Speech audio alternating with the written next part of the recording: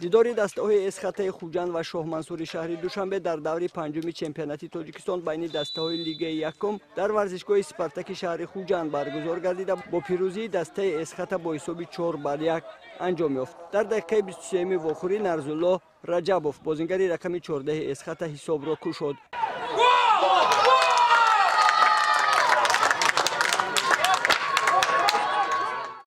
5 дақиқа баъди кушода шудани ҳисоб бозингари рақами 9-и дастаи эсхата Боҳир Сангинбоев туби дуюмро вориди дарвозаи меҳмонон кард.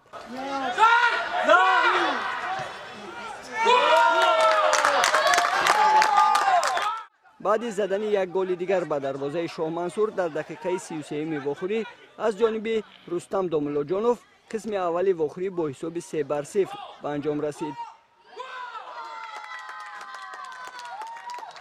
дар қисми дуюми вохӯрӣ футболбозони ҳарду даста ба дарвозаи ҳамдигар боз яктои тӯб заданд. туби чоруми эсхатаро дар дақиқаи 65-ми дидор футболбози рақами 8 Рустам Сабуров вориди дарвозаи меҳмонон кард.